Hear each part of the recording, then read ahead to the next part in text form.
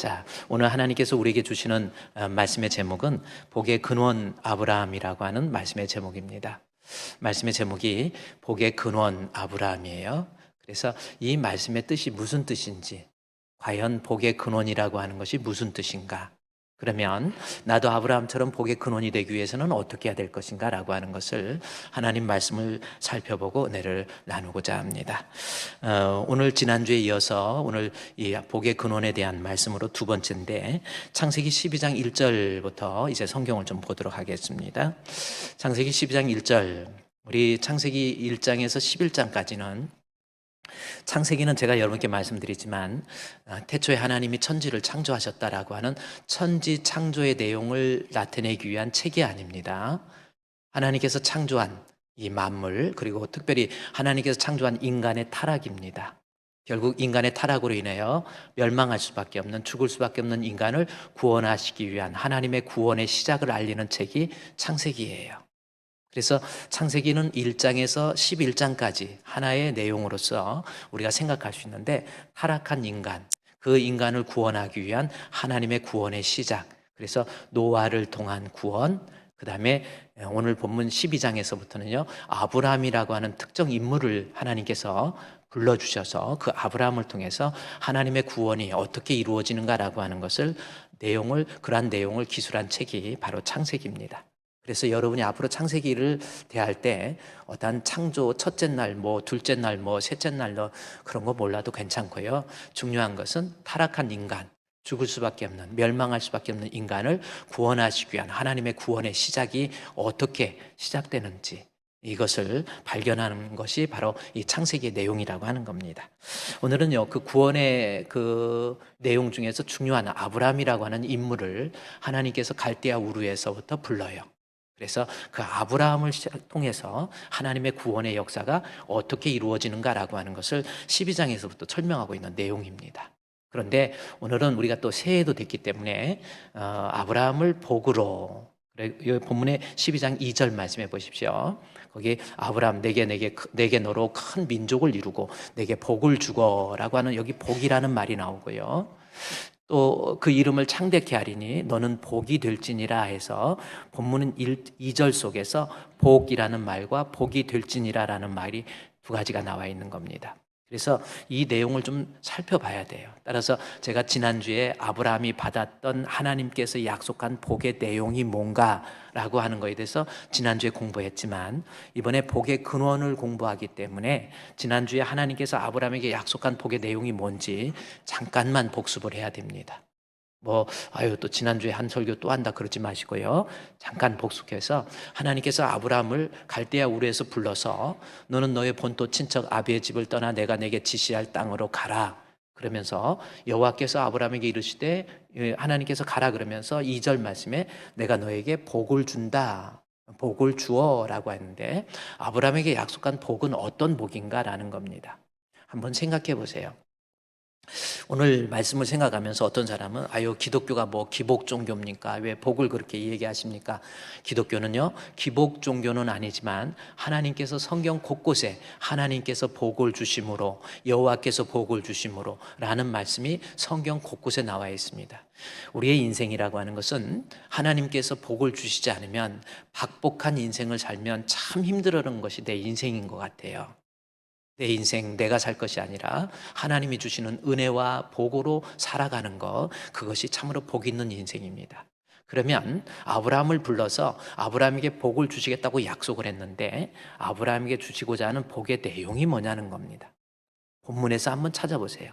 내가 너로 큰 민족을 이루고 내게 복을 주어 할 때 아브라함에게 약속한 복이 어떤 복인가라는 겁니다. 본문에 그 복의 내용이 뭔가를, 그 다음에 복을 주어 내 이름을 창대하게 한다라는 말씀 속에서 찾을 수 있는 거예요. 아브라함에게 복을 줬더니 이름이 창대하게 됐다, 이 말씀으로 우리가 생각할 수 있잖아요. 그러면 여기서 창대라고 하는 것이 무슨 뜻인가라고 하는 겁니다. 히브리어 원어의 뜻은, 이 창대라고 하는 것은 유명하다, 이름이 유명한 거예요. 많은 사람에게 알려진, 페이머스 네임이라고 해가지고 이름이 알려져 있는 거예요. 그리고 많은 사람들의 입에서 회자된다라고 하는 것, 그게 바로 창대케 된다라는 겁니다. 이름이 창대케 된다. 그래서 제가 지난주에 여러분에게 질문을 했죠. 이 지구상에서 제일 유명한 사람이 누구예요? 한번 여러분이 생각해. 제일 유명한 사람.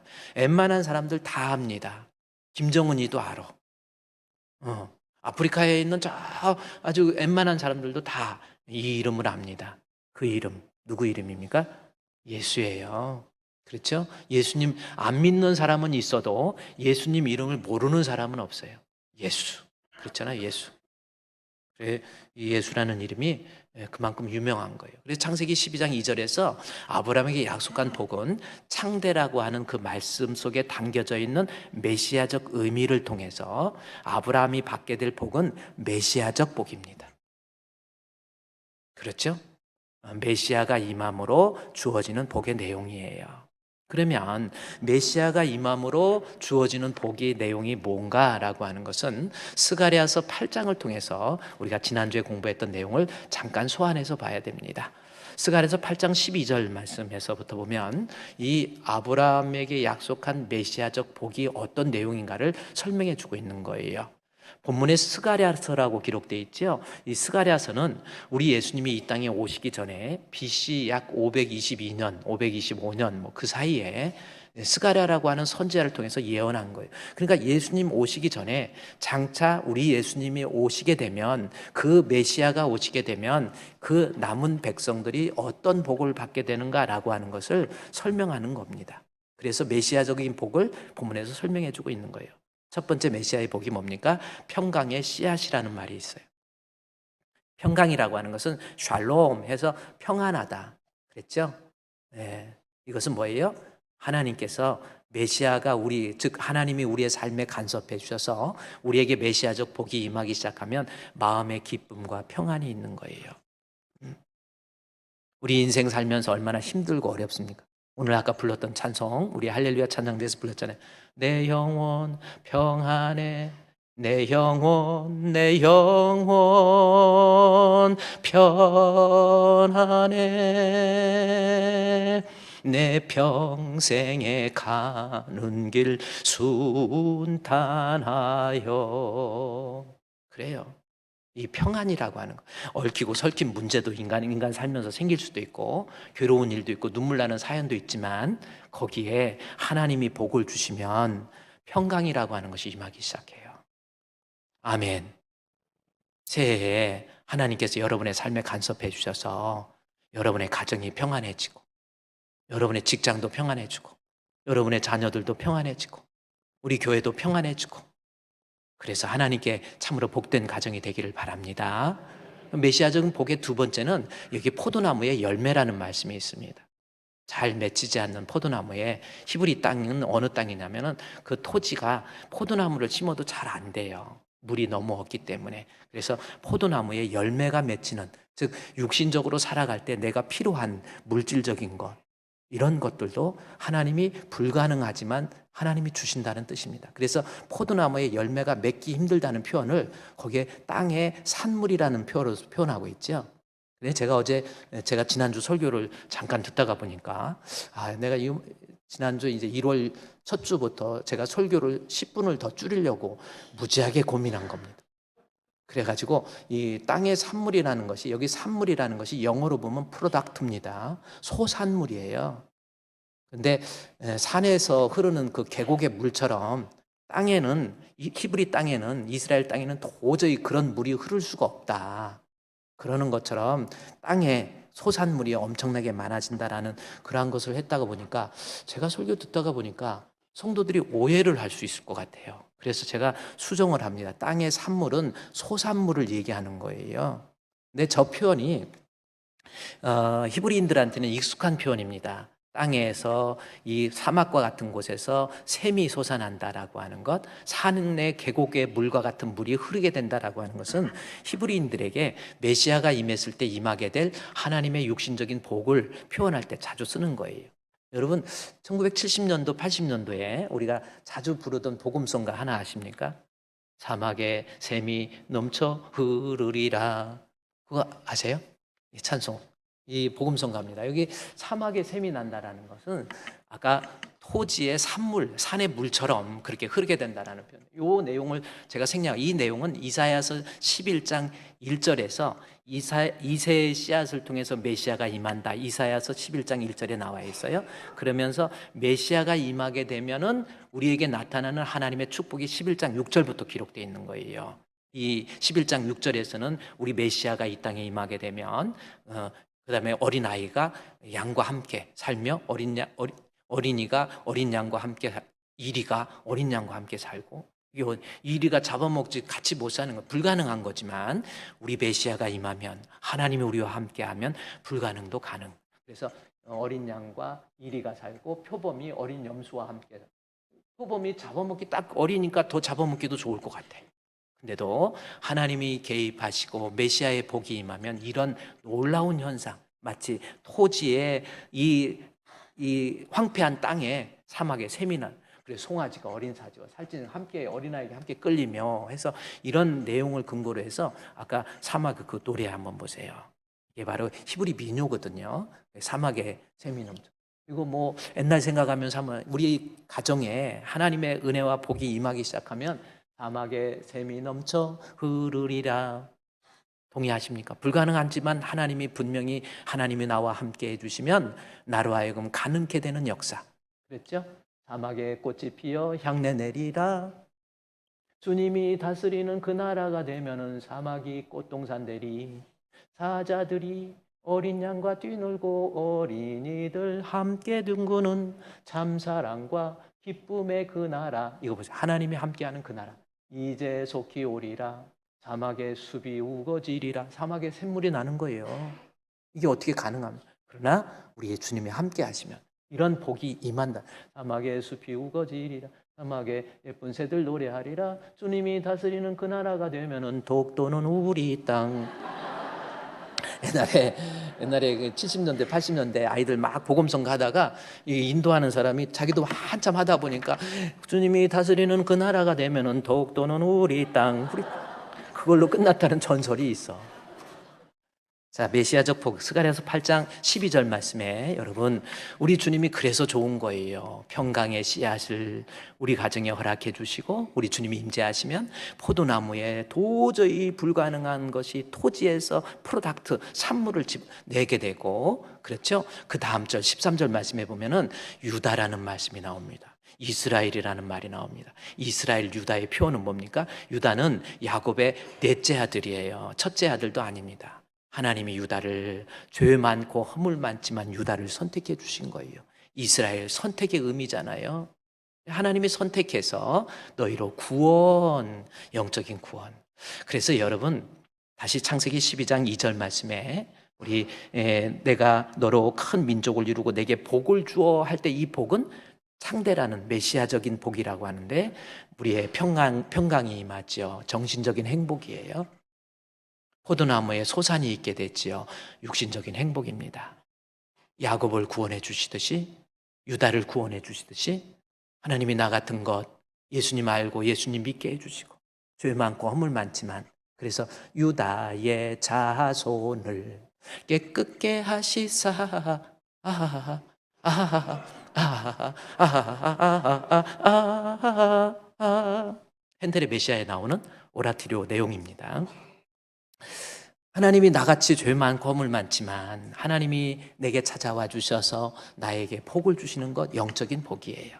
우리 새해에는요, 12장 2절에 나온 것처럼 아브라함에게 임했던 그 메시아의 복이 여러분과 여러분의 가정에 임하기를 우리 주님의 이름으로 축원드립니다. 아멘. 아멘 한 사람만 임할 줄로 믿어요. 그래요. 아멘도 하라고 할 때, 그래서 신앙적으로 너무 폼 잡지 마시고, 내가 알면 얼마나 알고 배우면 얼마나 배웠겠습니까? 이쁘면 얼마나 이쁘겠어요. 이쁜 것도 세월 가면 다 그게 그거예요. 그래, 제가 보니까 그런 것 같아. 그러면 제가 잘생겼다는 표현이 되기도 하지만, 어쨌든요, 하나님이 부족하지만 하나님이 내게 메시아적 복을 주셔서 아브라함에게 약속을 해주셨어요. 그런데 하나님이 아브라함에게 주시는 복을, 메시아적인 복을 주시되 그냥 복이 아닙니다. 그 다음에 놀라운 말씀이 또 하나 있습니다. 뭡니까? 봅시다. 2절 말씀에 내가 너에게 복을 주어. 그 다음에 그걸로 끝난 것이 아니라 너를 창대케 해서 그 다음에 너는 복이 될지니라. 따라합시다. 너는 복이 될지니라. 너는 복이 될지니라. 아멘. 아브라함에게 너는 복이 될지니라 라는 말씀을 한 거예요. 그러면 너는 복이 될지니라 라는 이 말씀이 도대체 무슨 뜻인지. 그럼 여러분 어떻게 해요? 아브라함에게 약속해서 복을 주겠다. 너는 복이 될지니라. 그럼 무슨 뜻이에요? 엄청난 뜻이 담겨져 있는데도 우리는 그냥 스킵해서 넘어가 버리잖아요. 너는 복이 될지니라 라고 하는 것이 무슨 뜻인가 라고 하는 겁니다. 우리말로 번역이 조금 좀 혼란스럽게 되어 있기 때문에 히브리어 원어를 보면 이 하에 베라카, 이 바라크라고 하는 말에 이 하에 베라카라는 단어를 썼습니다. 이게 너는 복이 될지니라, 너는 복이다 라는 히브리어의 본문의 원문이 이렇게 기록되어 있어요. 해에 베라카. 다시 따라합시다. 시작. 해에 베라카라는 거. 이것이 우리말로는 복이 될지니라로 번역을 했는데 이 말 그대로 번역을 그야말로 직역을 한 것 같아요. 무슨 뜻이냐면 이 바라크라고, 히브리어는 이 오른쪽에서 왼쪽으로 읽습니다. 그래서 이렇게 읽어야 해에 바라크, 베라카 이렇게 읽는 거예요. 해에라고 하는 것은 너는 해서 유라는 말에 미래적인 또는 기원적인 의미가 섞여 있는 단어입니다. 그래서 너는 미래에도 바라크의 이 베라카 복이 되라라고 해서 이 베라카라는 단어를 쓴 거예요. 참 좋은 말입니다. 여러분 카톡에 2023년도에는 이 해에 베라카라고 써서 좀 이렇게 좀 내가 하나님 앞에 복이 돼야지 라는 그런 의미도 좋을 것 같아요. 자, 그런데 이 말씀을 너는 복이다, 너는 복이 된다, 뭐 이런 의미인데 영어로 번역하면 조금 더 우리가 익숙하게 올 수 있는 단어입니다. 영어로 보면 You will be a blessing이라고 하는, You will be a blessing. 한번 읽어봅시다. 시작. You will be a blessing이라고 하는 겁니다. 그러면 이 영어로 우리가 익숙하게 읽을 수 있는 이 단어의 뜻은 뭐냐면 그냥 그대로 보면 you will, 미래 조동사죠. 너는, be라는 것은 상태, 주어의 상태, 네가 어떤 상태? 하나의 a blessing이라고 하는 것. a blessing이라고 하는 것은 하나님의 복, 은혜, blessing, 복이라는 하나의 명사적인 거죠. 그래서 you will be a blessing이라고 하는 거. 그러면서 be라고 하는 주어의 상태가 you라고 하는 당신은 계속해서 미래에도 복이라고 하는 것이 한 번 오고 끝나는 것이 아니라 복 자체라는 거예요. 그래서 한 번 받고 옛날에 복을 누리다가 그걸로 끝나는 것이 아니라 계속적이고 지속적이고 반복적으로 계속해서 내려지는 복을 You will be a blessing 이라고 말하는 거예요. 하에 베라카라고 그렇게 본문에 기록되어 있는 거예요. 그러면 새해에도요, 여러분, 아브라함에게 약속한 그 복이 여러분에게, 아니 여러분의 자녀들에게, 여러분의 후손들에게 먼저 내가 복이 되고요, You will be a blessing, 내가 복의 상태가 되고 내가 받았던 이 복으로 말미암아 우리의 후손들이 복을 받을 수 있는 그러한 역사가 여러분 가운데 일어나시기를 우리 주님의 이름으로 축원드립니다. 그러면 하나님께서 이 본문에 너는 복이야, 미래에도 계속해서 복이 될 거야 이렇게 말씀을 하셨는데, 그러면 실제로 성경에서 하나님께서 약속하신 대로 아브라함에게 복을 주셨는지, 그래서 그 복으로 인해서 그 후손들이 복을 받는지 잠깐 성경을 살펴봐야 돼요. 그러니까 복의 근원, 옛날 성경이 비교적 번역이 잘 된 것 같아요. 너는 복의 근원이 될지니라, 옛날 성경에는 그렇게 번역이 되어 있어요. 그래서 나만 복 받는 것이 아니라, 나만 잘 되는 것이 아니라 나 때문에 우리 아내가 복을 받고, 우리 아내만 잘 되는 것이 아니라 아내 때문에 내 남편이 복을 받고, 또 우리 두 부부 때문에 우리 아이들이 계속해서 복을 이어받는 거, 이게 바로 You will be a blessing이라고 하는, 하의 베라카라고 하는 단어의 의미입니다. 여러분은요, 이 세상에 존재하면서 여러분도 복 받고 여러분 때문에 다른 주변에 있는 사람이 복을 받기를, 복의 근원이 되시기를 우리 주님의 이름으로 축원드립니다. 옆에 있는 사람에게도 내가 복의 근원이 되는 거예요. 그러면 아브라함이 실제로 먼저 복을 받은 내용을 좀 살펴보면요. 창세기 12장 10절 말씀에서 보면 아브라함이 이제 가나안 땅에서 남방으로 내려갑니다. 근데 이제 가나안 땅에 있다가 보니까 너무 기근이 심해가지고 10절 말씀에 그 땅에 기근이 들으므로 아브라함이 애굽으로 내려가면은 거기에 나일강도 있고 물도 있을 것 같아서 그리 내려가려고 아브라함이 그래요. 내려갑니다. 그래서 아브라함이 같이 이렇게 내려가다 보니까 이제 걱정이 하나 생긴 거예요. 뭡니까? 아브라함의 아내 사라가 너무 이쁜 거야. 이쁜 아내 데리고 살으니까 아브라함도 참 걱정 많은 거예요. 여기 본문의 말씀에 11절 말씀에 아브라함의 아내가 아내 사라에게 말하되 내가 알기에는 그대는 참 아리따운 여자다. 그냥 아름답다고도 안 해요. 아리따운 여자는 좀 느낌이 틀리죠? 우리말에. 정말 엄마가 막 씹어먹고 싶어 막 그런 느낌이 좀 들잖아요. 아브라함이 볼 때 너무 아내가 이쁜 거야. 그래서 일단 살기가 힘들어서 먹고 살기 위해서 애굽으로 내려가려니까 아내 뺏길 거야. 그때 족장 시대 때는 힘 있는 것이 권력이고 법이거든요. 그러니까 아무래도 바로 왕한테 뺏길 것 같아. 애굽의 바로 왕한테 뺏길 것 같아. 그래서 여보 이리 와봐. 당신 내 아내라고 하지 말고 내 동생이라고 그래. 그래갖고 왕이 부르면 얼른 가. 아브라함이 참 그래요. 바보 같아. 나 같으면 차라리 굶어 죽지. 나는 그럴 수 없어. 이랬을 것 같아. 여러분 어떨 것 같아? 우리 장로님 어떨 것 같아? 근데 그래가 너무 아리따운. 근데 제가 한번 생각해봐요. 얼마나 아름다웠을까 이 여자가 생각을 해봐요. 근데 이때 아브라함의 아내 사라의 나이가 몇 살쯤 됐을까요? 그때 몇 살쯤 됐을까? 여기 4절 말씀해 보면은 아브라함이 하란 땅을 떠날 때 나이가 75세입니다. 그렇죠? 아브라함이 하란 땅을 떠날 때 나이가 75세. 그리고 하란 땅에서 이제 가나안 땅에 거주하고 뭐하고 하면 그래서 가나안 땅에 살다가 너무 힘들어서 애굽으로 갔기 때문에 한 가나안 땅에 이래저래 한 5년 정도 사는 것 같아요. 그러면 한 아브라함이 75세, 85세. 그러면 사라는 몇 세? 10살 차이예요. 몇 살이에요? 75세. 이것도 모르면 말도 안 되는 거예요. 10살 차이라고 85세인데 아내는 몇 살입니까? 75세. 그것도 못하면 안 돼. 안 하는 건 집중을 안 했다는 뜻밖에 안 되고 어쨌든 75세인데 이렇게 이쁜 거 한번 여러분 우리 75세가 이렇게 이쁜 여자가 어디 있어? 네. 75세가 돼요. 너무 예쁜 거예요. 그래서 예뻐가지고 안 되겠다 해가지고 했는데 이제 바로한테 이제 가요. 당신 아내라고 하지 말고 동생이라고 해. 그러니까 또 사라는 또 얼마나 또 알았어요 해가지고 했는데 15절에 가보니까 바로의 고관들이 그냥 바로 끌어들여 버려요. 그냥 즉시 바로의 궁으로 이끌어들인지라 그래가지고 하는데 보세요. 17절 이제 가정이 어떻게 보면 위기잖아. 살아가면서 아브라함이 가정에서 아내를 빼앗기게 되는 가정에 불화가 생기고 어려운 문제가 생길 수 있는 위기 때 보세요. 내가 너에게 복을 주겠다 약속하신 대로 하나님이 개입하시니까 17절에 여호와께서 아브라함의 아내 사라의 일로 바로의 집에 큰 재앙을 내려버려요. 바로가 깜짝 놀래버린 거예요. 그냥 바로 취했다가 바로 놀래버린 거야. 그래서 여기서 하룻밤 지냈나 봤더니 하룻밤 안 지냈어. 다행이요. 이 말씀 통해서 지금 하나님께서 아브라함에게 하시고 싶은 말씀의 내용이 뭐예요? 아내를 안 빼앗겼다. 이거 아니에요.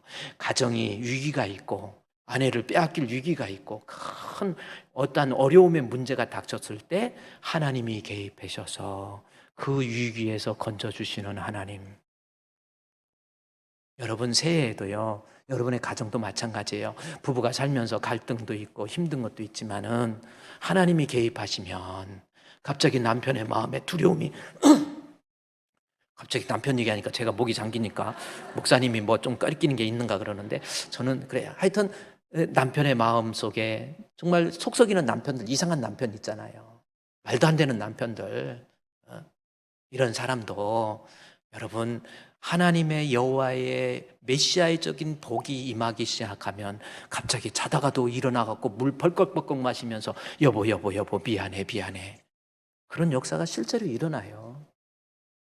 새해에 여러분의 가정에 그런 하나님 메시아적인 임재의 축복 아브라함에게 약속했던 그런 복이 임해서 여러분의 가정도 평안해지고 여러분의 직장도 평안해지고 얼마나 좋습니까? 그래서 아내를 뺏기지 않도록 잘 본문에서 보존이라는 말이 나와요. 하나님께서 머리털 하나 상하지 않도록 다 지켜주시는 우리 하나님의 메시아적인 복.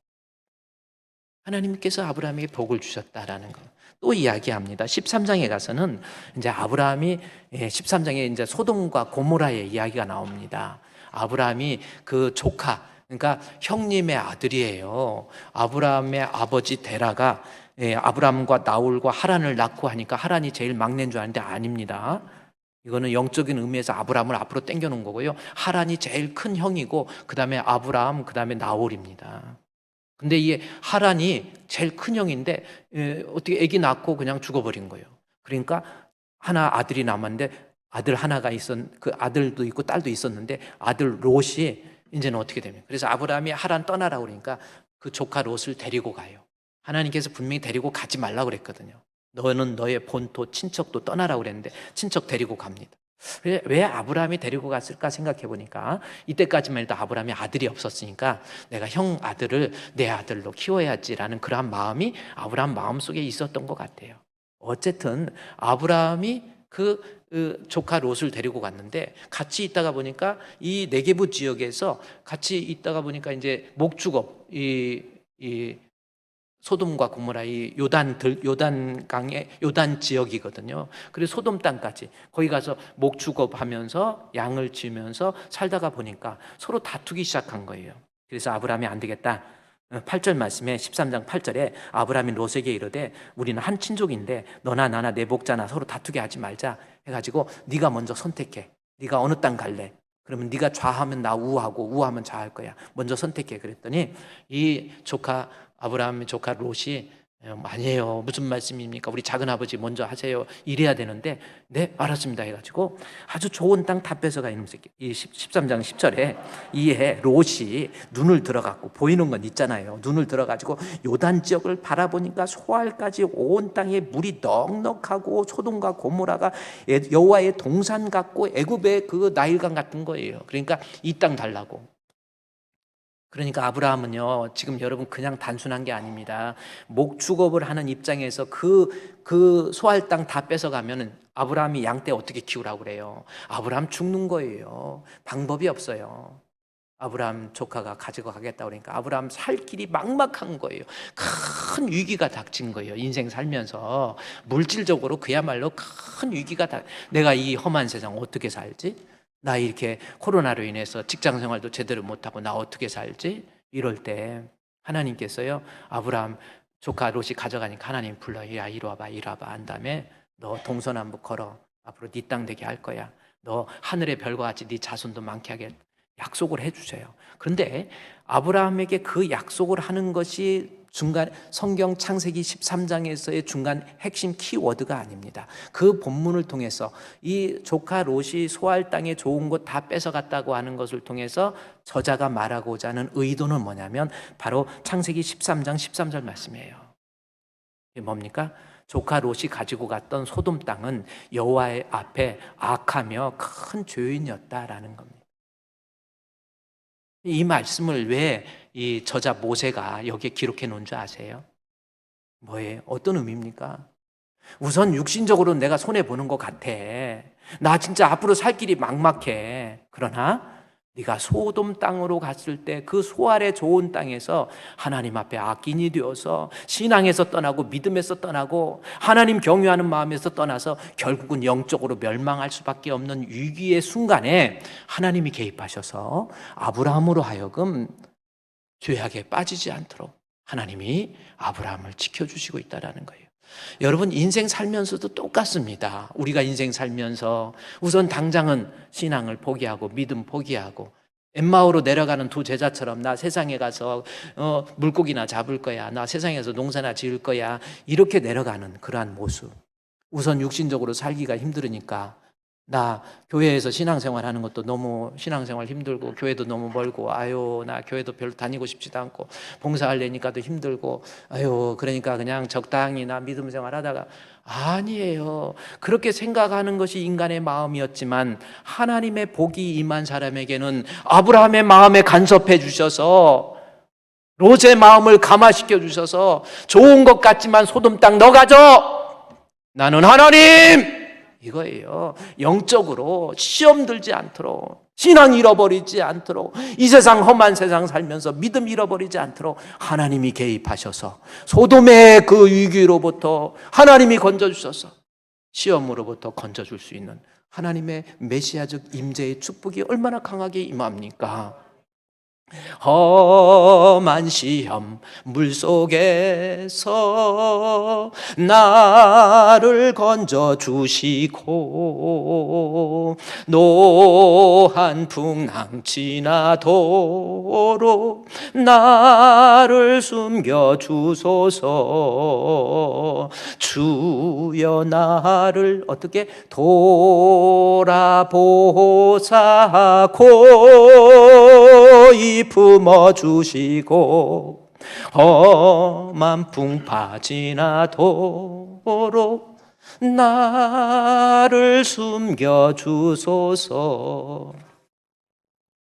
인생에서 중요한 건요, 영혼이에요. 믿음 지키는 게 쉬운 줄 아세요? 이 안에서도 천국 가는 사람이 있고 지옥 가는 사람이 있습니다. 이 험한 세상 어떻게 믿음 지킬 거예요? 내 힘으로? 아니에요. 인간은 죄의 편향성을 가지고 있기 때문에 육신적인 편안함을 추구하게 돼 있고요, 내가 육신적으로 편하고 이것이 더 좋은 것 같아, 이렇게 해야 더 돈도 많이 벌 것 같아, 내가 이렇게 해야 성공할 것 같아, 그래서 결국은 멸망할 수밖에 없는 위기, 그것이지만 하나님이 내 삶에 간섭해 주시면, 아브라함의 복이 임해서 내 삶에 간섭해지면, 아니야, 인생은 그게 아니야, 푸른 마르고 꽃은 시들어, 너 영적으로 성공해야 돼. 당장은 굶어 죽는 것 같지만, 육신적으로 손해를 보는 것 같지만, 믿음의 승자가 인생의 성공자야. 그래서 이 새해에도요, 여러분, 하나님이 여러분의 삶에 간섭해 주셔서 우선 내가 잘못된 길로 갔을 때, 곁길로 갔을 때, 딴 길로 갔을 때 우리 하나님이 개입해 주셔서 나 실패한 세상 것 다 얻은들 믿음 잃어버리면 그거같이 불쌍한 사람이 없어요. 아브라함 보니까 소돔 땅 그 요단 그 들에 그 풀이 많은 거 다 잃어버린 것 같지만 하나님은요, 오히려 그거 잃어버리고 너 나만 봐, 너 나만 봐, 너 살 길 없다고 생각하지? 너 나만 봐. 지금 그러시잖아요, 하나님이. 너 나 의지하라는 거예요. 너 아무것도 먹을 것 없고 살 길이 막막하지만 내가 너의 하나님이 되고, 네가 동쪽, 서쪽, 남쪽, 동쪽, 북쪽으로 왔다 갔다 하는 그 모든 것이 너의 땅이 될 것이며 나는 너의 하나님이 됨이니라. 그래서 아브라함의 복이 중요한 거야. 아브라함이 영적으로 위기가 있을 때 건져주셔. 나중에는요, 창세기 14장에서 가보면은 이 소돔 땅에서 전쟁이 일어나. 거기에 악이 가득하다 보니까 소돔 땅에 그 14장 8절 말씀에 소돔의 왕들과 그 다음에 이 9절 말씀에 엘라만 그돌라 오멜이라고 하는 이 동맹끼리 서로 전쟁을 합니다. 그 사이에서 고래 싸움에 새우등 터지듯이 12절 말씀에 소돔에 거주하는 아브라함의 조카 롯도 사로잡혀가지고 재물도 다 뺏겨버렸어요. 소돔 땅에 가서 잘 살 줄 알았지. 지 작은아버지한테 그렇게 해놓고 잘 살 줄 알았지. 이거 있으면 내가 성공할 줄 알았지. 아니라니까요. 하나님이 도와주시지 않으면 인생은 결코 성공하지 않아요. 결국은 사로잡혀서 다 잃어버리고. 여러분, 인생이요, 정말 하나님 앞에 정직한 모습으로 살아야 돼. 그래서 다 잃어버리고 그래가지고 잡혀가서 끌려가서 포로가 돼버렸어. 아브라함 아무것도 없는데 하나님이 함께 해주시니까 나중에 어때? 조카가 사로잡혔다는 소식을 듣고요, 아브라함이 집에 가갖고 다 모읍니다. 사람 14절 말씀에 가보세요. 14장 14절에 아브라함이 그의 조카가 사로잡혔다는 듣고 집에서 길리우고 훈련된 자 318명이나 돼. 이야, 아니 아무것도 없는 그 광야와 같은 곳에 내몰렸는데 어떻게 이렇게 됐죠? 하나님이 복을 주시니까 죄악에 빠지지 않게 해주시고 육신적으로도 복을 주셔서 나중에 칼로 길리운 자, 야, 안 되겠다, 우리 조카가 잡혔단다, 너희들 이리 와봐라. 그러니까 막 칼 쓰는 애들이 푹 하고 있는 거예요 지금. 알았어요. 아브라함 우리 대장님 명령만 내려줘서 내가 가서 저것들 꽂아버리겠습니다 해가지고, 내가 가가지고 막 칼을 쥐듯 가서 다 잡아와. 또 가서 그 16절 말씀에 모든 빼앗겼던 재물과 자기의 조카 롯과 그 재물과 또 부녀와 친척들 다 찾아와 버리잖아요. 그러니까 뭐예요? 전쟁의 위기에서도 보세요. 우리의 삶에 간섭해 주잖아요. 나 아무것도 없는 것 같아도 결국 하나님이 일으켜 주세요. 힘 있는 자, 능력 있는 자, 권세 있는 자, 유력한 자, 하나님이 만들어줄 줄로 믿습니다. 여러분 지금 나 없어요, 나 힘들어요, 나는 죽을 것 같아요. 아니에요. 하나님이 함께 해주시면 누구보다도 강한 자가 될 줄로 믿습니다. 여러분의 인생을 하나님께 맡겨보세요. 그럴 때 하나님께서 그 전쟁의 위기에서, 아브라함은, 그래서 제가 이 본문의 말씀에서 You will be a blessing, 너는 복이 된다, 너는 자체가 복이야, 한 번의 복이 아니고 네 순간순간 내가 인생 살면서 너에게 간섭해서 너에게 복을 주실 거야 약속을 해서 그의 삶을 이렇게 뒤돌아보니까 정말 순간순간 하나님의 숨결이, 하나님의 능력의 손이 함께 해주셔서 그의 삶이 복된 인생이었다라는 것을 알 수 있었는데, 아브라함만 복 받은 것이 아니라 복의 근원은 네가 받은 복을 그의 아들 이삭이 받아요.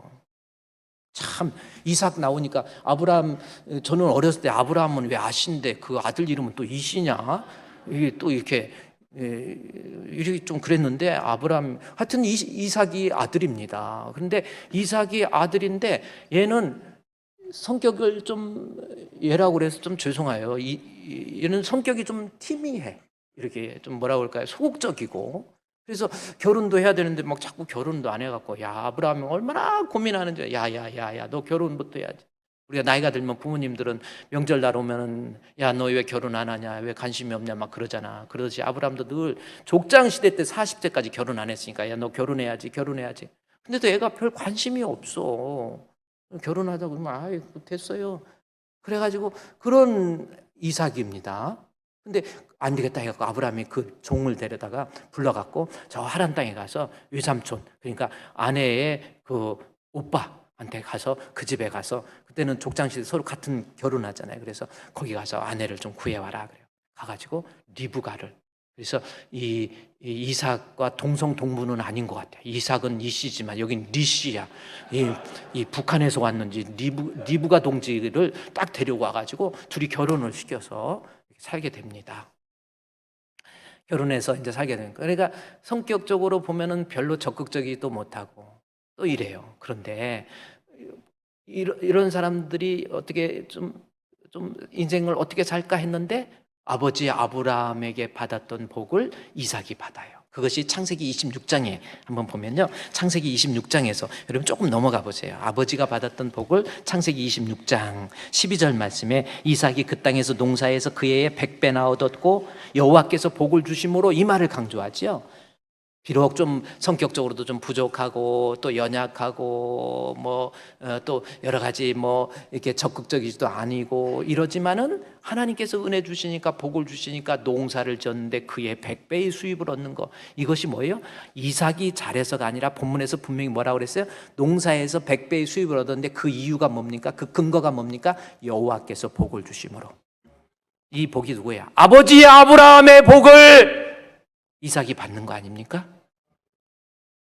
여러분도요, 나 때문에 내 자식이 좀 복을 받을 수 있도록 새해에는요, 여러분 내 신앙 관리하기만 급급하지 마시고, 나 때문에, 아버지 아브라함 때문에 아들 이삭이 좀 부족해도 하나님께서 그에게 아브라함의 복을 전달해 주셔서 복의 근원이 되어서, 아버지 때문에 이삭은 그냥 농사도 별로 이렇게 그냥 했는데 막 100배의 수입을 얻고요. 그뿐만이 아니라 13절 말씀에 여호와께서 복을 준다는 강조하죠. 그 사람이 창대하고 왕성해서 마침내 거부가 돼버려요. 아브라함 때문에 보세요, 이삭이 복을 받고, 또 이삭 때문에 리브가가 복을 받아요. 리브가 때문에 이삭이 또 복을 받고요. 거기서 태어난 아들이 또 하나 있었어요. 누굽니까? 야곱을 보세요. 야곱은 거짓말쟁이, 아버지 속이고 어머니 속이고 자기가 큰아들인 척 갖고 양 잡아갖고 팔대, 여기 보세요. 아버지가 눈이 안 보이니까 주로 보라는 걸 집중적으로 강조해요, 이 도둑놈이. 그래가지고 이거 보세요, 이거 봐. 그래가지고 아버지가 그러냐 해갖고 얘한테 참 거짓말쟁이고 속이고, 얘는 그렇지만은 그러나 거짓말쟁이면서 속이고, 그럼에도 불구하고 이삭에게 하나님이 야곱에게 복을 주시니까요, 하란 땅에 가갖고 거기에서 결혼해서 막 부인도 4명이나 돼. 그 부인도 네 명이나 되고 막 그냥 거부가 돼서 돌아오는 것 아닙니까? 여러분, 그래요. 우리 인생이 내가 어떻게 보면 완벽하지 거짓말쟁이고 속이기도 그러지만 아버지가 복을 받으니까 야곱이 복을 받잖아요. 야곱이 복을 받으니까 요셉이 복을 받아요. 요셉이 복을 받으니까 나중에 그리스도를 통한 모든 인류의 구원의 역사가 있지 않습니까? 여러분, 나만 복 받을 것이 아니라 내 후손들까지, 내 주변에 있는 사람들도 나 때문에, 그렇죠? 하에 베라카, you will be a blessing.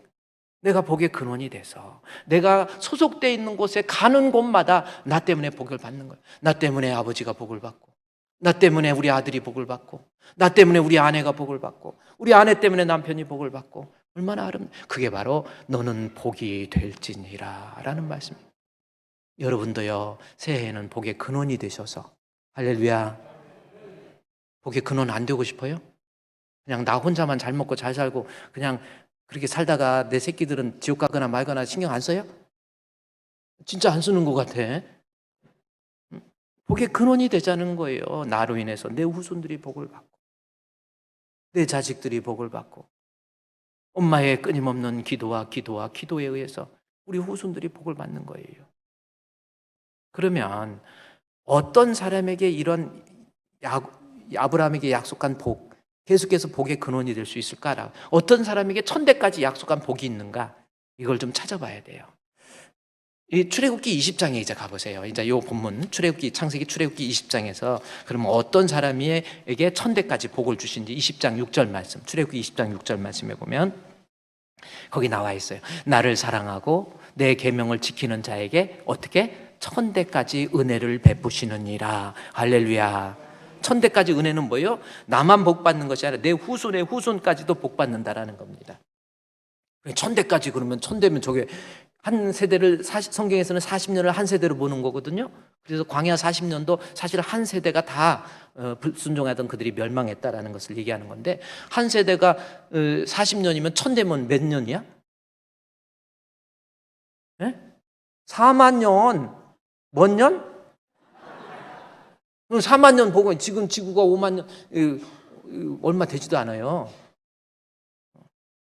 근데 이 4만 년인 그게 숫자적인 의미가 아니라 하나님이 약속한 복은 반드시 그 후손이 복받을 만한 그릇이 됐을 때 여지없이 복을 받게 된다라는 그러한 말을 강조하기 위해서 천대까지 복을 받게 된다라는 말씀이에요. 여러분 잘해서 여러분의 후손들 제발 아버지 때문에 어머니 때문에 세상 살아보려고 바등바등 하는데도 엄마 아빠 때문에 내가 복을 못 받아. 이거 아니에요. 그냥 적당히 하는데도 엄마 아빠 때문에 복 받는 가정이 분명히 있어요. 복의 근원이라는 겁니다. 그러면 어떤 20장 6절 말씀에 어떤 사람에게 복이라고 그랬어요? 나를 사랑하고 내 계명을 지키는 자 그랬죠. 그러면 나를 사랑하고 내 계명을 지키는 것이 천대까지 복을 받는 근거인데, 여기서 나를 사랑하고 내 계명 지킨다라는 것이 두 가지 말 같지만 하나의 말입니다. 요한복음 14장에 있는 말씀, 요한복음 14장 15절 말씀에 보면 너희가 나를 사랑하면 내 계명을 지키리라. 지켜라가 아니에요. 지켜지는 거예요. 따라서 계명 사랑하는 거하고 하나님 사랑하는 거는 한 가지 말입니다. 그래서 출애굽기 20장 6절에 나를 사랑하고 내 계명을 지킨다라는 것은 하나의 말이에요. 진짜 하나님 사랑하면 말로만 사랑하는 것이 아니라 실제적으로 사랑의 모습이 나오는 거예요. 그 사랑의 모습이 뭘로 나오는 줄 아세요? 오늘 본문 출애굽기 20장 앞에 나와 있잖아요. 사랑의 모습이 뭘로 나타나는지, 내가 주님 사랑하는 것이 뭘로 나타나는가 볼까요? 20장 2절에서 나는 너를 애굽 땅 종되었던 집에서 인도하여낸 내 하나님 여호와 이야기를 하죠. 그러면서 뭐예요? 3절 말씀을 한번 같이 읽어야 돼요. 나는 여기 3절 말씀에 너는 나 외에 다른 신들을 내게 두지 말라. 요 말씀입니다. 이 말씀은 하나님 사랑하는 자가 천대까지 복을 받는데, 사랑의 범위 혹은 사랑의 대상이 누구인가를 본문에 설명해 주고 있는 거예요. 누구를 사랑하는 거예요? 하나님 사랑하는 거죠. 나 외에 다른 건 내게 두지 말라. 마음속에 하나님을 제일 사랑하는 그러한 성도가 되라, 그 말씀입니다. 그것이 천대까지 복을 받는 비결이라고 하는 거예요. 여러분 새해 들어서 여러분 마음의 중심에서 정말 주님 사랑하는 사람, 내 구주 예수를 더욱 사랑, 엎드려 비는 말 들으소서. 내 친정 소원이 내 구주 예수를 더욱 사랑, 더욱 사랑. 나 외에 다른 신 두지 말라는 게 뭐예요? 하나님 제일 사랑하라는 거죠. 돈을 사랑하고 세상을 사랑하고 명예를 사랑하고 육신을 사랑하고, 그게 하나님 앞에 천대까지 복받는 모습이 아니에요. 이제는 사랑의 그 무게를 하나님께로 좀 돌리세요. 우리 주님 사랑하는 마음, 그래야 후손이 복을 받는다라는 겁니다. 여러분, 강영우 박사 아십니까? 앞을 보지 못한 14살 때 축구하다가 헤딩을 했는데, 그래서 눈에 망막 박피가 일어나가지고 앞을 보지 못하는 강영우 박사입니다. 앞을 보지 못한 13살 때 아버지 돌아가셨죠. 축구하다가 눈 잃어버렸죠. 엄마가 이 아이 살리려고 막 하는데, 엄마가 그 다음에 58년도에 또 돌아가셔버려요. 7년도, 8년도, 59년도에 엄마까지 돌아가십니다. 그 다음에 누나가 이제 이 앞을 못 보는 이 아이 키우기 위해서 이리 뛰고 저리 뛰고 하는데, 결국 누나도 죽어버렸어. 완전히 앞을 못 보는데 혼자 남았어요. 이 사람이요, 그게 그 유명한 강용우 박사, 한번 그 사진 한번 여기 보세요. 저분이, 그거 말고 그분이 쓴 책 한번 보세요. 거기 보니까 앞을 보지 못하지만 내 눈에는 희망이 보인다는 거죠. 여러분 눈에 희망 보입니까? 여러분 눈에 지금 뭘 보여요? 사람 보이고 육신 보이고 물질 보여요. 이분한테는요, 앞을 못 보니까 희망, 여기서 희망이요, 우리 주님을 바라보기 시작하면서 생긴 거예요. 근데 이 사람이 14살 때 앞을 잃고 눈을 못 보고, 어머니 돌아가시고 누나까지 죽고 어디 갈 데가 없어서 맹인 학교에 가갖고 있다가 보니까, 거기에서부터 그 친구가 그때부터 하나님을 의지한 거예요. 하나님, 나는 앞을 볼 수 없지만은 하나님이 내 인생의 주인이 되어 주시고 내 삶을 인도해 주시옵소서. 늘 하나님 의지한 거예요. 방법이 없으니까 주여 하나님, 하나님. 여기 와서 하는 일은 안마 술밖에 안 가르치는데, 안마 그거 아니고, 하나님, 나도 대학 가고 싶습니다. 나도 장애인들을 위해서 무언가 기여하고 싶습니다. 그렇게 기도하고. 그래서 거기에서 그야말로 캄캄한 그러한 모습 속에서 19살 때까지 거기서 훈련받고 있는데, 어느 날 갑자기 예쁜 분인지 뭔지 앞을 못 보니까 모르잖아. 한 분이 나타났어요. 숙명여자대학교 1학년 학생인데 사회봉사하기 위해서 나타나가지고 이분 옆에서 케어하는 거예요. 그분, 아까 그 사진이 서근옥 여사입니다. 그 여사를 막 케어해가지고 하다가 보니까, 알고 봤더니 나이가 1살 차이밖에 안 나. 누나지만 1살밖에 차이 안 나. 근데 누나가 워낙 잘 케어해 주니까 이 강용우 박사가, 세상에 저렇게 천사같이 저런 분은 어떻게 생겼을까 너무 궁금한 거예요. 근데 앞을 못 보니까, 그래갖고 누나, 내가 소원이 있어. 뭔데? 누나 얼굴이 어떻게 생겼는지 내 손으로 느껴보고 싶어. 그런 거예요. 이때 조심해야 되거든. 그래갖고 이렇게 만들다가 갑자기 떨리기 시작했더니 입술이 떨리기 시작하는 거예요. 그래갖고 자기도 모르게 그냥 이래 해서 거기서 이제 결혼을 한 거예요. 근데요, 두 사람이 결국은 참 앞을 못 보는 사람을 위해서 이 서근옥 여사가 남편에게 복이 된 거예요. 서근옥 권사거든요. 철저하게 남편에게 복이 된, You will be a blessing. 여러분 아내들 남편에게 복이 된 거예요. 남편은요, 이분요, 아내가 그렇게 하는 거에 대해서 연세대학교 나오고 최초로 맹아된 입장에서 미국에 가서 박사학위단, 1976년도에 박사학위단. 그래갖고 미국의 국가 장애인 정책 차관보까지 됩니다. 대단한 분이에요. 대단한 분이에요.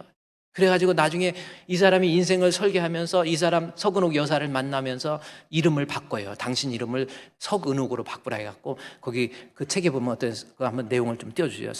나는 인생 10년을 돌의 시대, 석의 시대, 이것은 뭐예요? 은혜 시대, 마지막 10년은 옥의 시대 해서 석은옥이에요. 여러분 부인도 집에 가서 석은옥으로 바꿔버려. 그 석은옥이 돼가지고 석의 시대 10년간, 역경의 시대, 맹인내에서 대학 졸업하고, 은혜 시대 10년은 행복한 가정을 꾸리고, 그 다음에 마지막에 옥의 시대 10년은 내가 하나님께 영광! 장로로서 얼마나 하나님 앞에 헌신적이고 주의 영광 나타내고 대단한 모습이에요. 그랬더니 그 후손들, 자식들 잘 되는 거 볼까요? 여기 나중에 자식들이요. 다른 거 넘겨주세요. 다른 나중에 여기 보세요. 자녀들에게 복의 근원이 되니까 아버지 때문에 장남 진석이가 명문 필립 엑스대에서 하버드 의대를 졸업해요. 왜 의대 갔느냐 그랬더니 아버지 눈 어떻게 막막 박핀데 그거 한번 고쳐보려고 하고 최고의 의사가 됩니다. 아버지 때문에 어머니 때문에 자식이 복을. 차남도 가만히 있나요? 차남도 국가 법학 변호사 돼가지고요 연방 대법관 돼버려요. 지금 연방 대법관 됐잖아요. 대단해. 이걸 끝나니까 며느리, 큰 며느리, 이분은 산부인과, 이분은 미국 사람이에요. 산부인과 의사이고, 작은 며느리 법학 전문대학 교수, 박사만 5명. 이게 가지고 이 손자까지 강용우 박사, 서근욱 여사 가문의 가정의 가치관에 대해 설명. 이게 여러분 복의 근원이 바로 이거예요. 두 사람 늘 하나님 사랑하는 거예요. 주여. 그랬더니 그 후손들이 복을 봤어요. 그래서 본문 출애굽기 20장 3절에서 여러분 보세요. 사랑의 방법이 나 외에 다른 신들을 내게 두지 말라. 그러면서 4절 5절은 하나님 사랑하는 방법, 사랑의 대상이 2절이라고 한다면 2절 3절이라고 한다면 4절 5절은 사랑의 방법입니다. 어떻게 사랑하는 것이 하나님 사랑하는 거예요. 말로만 하나님 사랑하는 것이 아니라 사랑은 5절에 그것들에게 절하지 말며 그것들을 섬기지 말라. 하나님 섬김으로 나타나는 거예요. 내가 주님을 사랑하죠. 세상에 그 어느 것보다 돈보다 물질보다 명예보다도 내 마음의 중심에서 하나님을 진심으로 사랑하고 사랑하는 사람답게 날마다 주를 섬기며 언제나 주를 기리고 그 사랑 안에 살면서 딴 길도 가지 맙시다. 주님 섬기는 거예요. 섬기는데도 어떻게 섬기는가 봤더니 4절 말씀에 우상 형상 만들지 말며 메이크 그것들에게 절하지 말 모으 그 과정이 얼마나 만들어서 절하고 그 과정처럼 하나님을 섬기는 데 있어서도 하나님 앞에 예배를 드려도 정직하게 예배가 시작만 되면 그냥 계속 잠자고 있고 그러지 마시고요. 내 자식들을 생각해서라도 아니 막 오전 예배 9시에 와서도 예배 시작하면 바로 자 이렇게. 그리고 무슨 어디 아유 참 한심해요. 그러지 마세요. 우상 메이크 모우 절하고 그런 과정처럼 하나님 섬기는 데 있어서 최선을 다해서 섬기는 거예요. 예배 시간 빠지고 그런 거 아닙니다. 내가 자손들에게 복의 근원이 되기 위해서라도 힘들어도 어려워도 하나님 앞에 예배 네? 찬송을 드려도 좀 뜨겁게 하세요. 찬송도 드려도 이게 좀 메이크 모우라고 하는 것처럼 내가 하나님 찬양하는 거. 우리 오늘부터 그 첫 송 바뀌었잖아. 그거 한번 제가 그 송축에 한번 방송에 띄워줘 보세요. 여러분 거기에 영어도 제가 딱 내용도 별거 없어요. 그런데 내가 앞으로 우리 주분교회 성도들이 하나님 섬김이 다른 거예요. 찬송을 들어도 좀 열정적으로 송축해 내 영혼아 거룩하신 이름 이전에 없었던 노래로 나 주님을 경배해. 여러분 힘있게 그 다음 내용에 보면요. 여러분 그거 좀 집에서 외워놔야 될 것 같아요. 그 다음 저기 좀 띄워주세요. 그 다음에 Bless the Lord 이거 어렵지 않아요. 우리 이 노래를 좀 외워서 한 90 넘은 우리 권사님들도 Bless the Lord, oh my soul, oh my soul 뭐 worship His holy name 해가지고 이거 좀 했으면 좋겠어. 그 다음에 여기 요것도요 그냥 몰라도 외우세요. Sing like never before Oh my soul 뭡니까? 내 영혼이 sing 노래 like 뭐뭐과 같은 never 이전에 어떤 노래와도 같지 않는 그런 거예요. 그래서 이전에 없었던 노래로 그러니까 이걸 외울 때도 그냥 sing like never before Oh my soul 그다음에 I will 미래인데 I will 하면 또 늦으니까 I worship your holy name 그래. will은 살짝 빼도 돼. I worship your holy name 이번에 이제 다음 주에도 찬양할 때는 그 자리에서 일어나서 찬양할 때 좀 손도 좀 들어서 하나님 섬김이잖아요. 찬송을 드려도 열정적으로 막 Sing like never before Oh my soul I worship your holy name 막 이렇게 해야 돼. 그게 하나님 사랑하는 거예요. 찬양도 뜨겁게 기도도 내일부터 우리 작정 새벽 기도 하는데 안 나와가지고 힘드네 막 일어났다 막 시계를 들었다 그러지 마세요. 그냥 자동으로 벌떡 일어나가지고 잠 안 오면은 잘라고 노력하지 말고 기도하고 그다음에 새벽기도 왔다가 기도하고 가세요. 기도 제목 놓고. 그게 하나님 섬김이야. 그래야 내 후손까지 잘 되지. 주를 위해서 봉사해도요 기쁨으로 하세요. 섬겨도. 차량 운전, 봉사 이런 것도 얼마나 여전도의 각 임원들 얼마나 힘듭니까? 성가대 얼마나 힘듭니까? 힘드네 그러지 마시고 우리 주님 앞에 찬양도 뜨겁게 섬김도 기쁨으로 할렐루야! 이게 주님 사랑하는 방법이에요.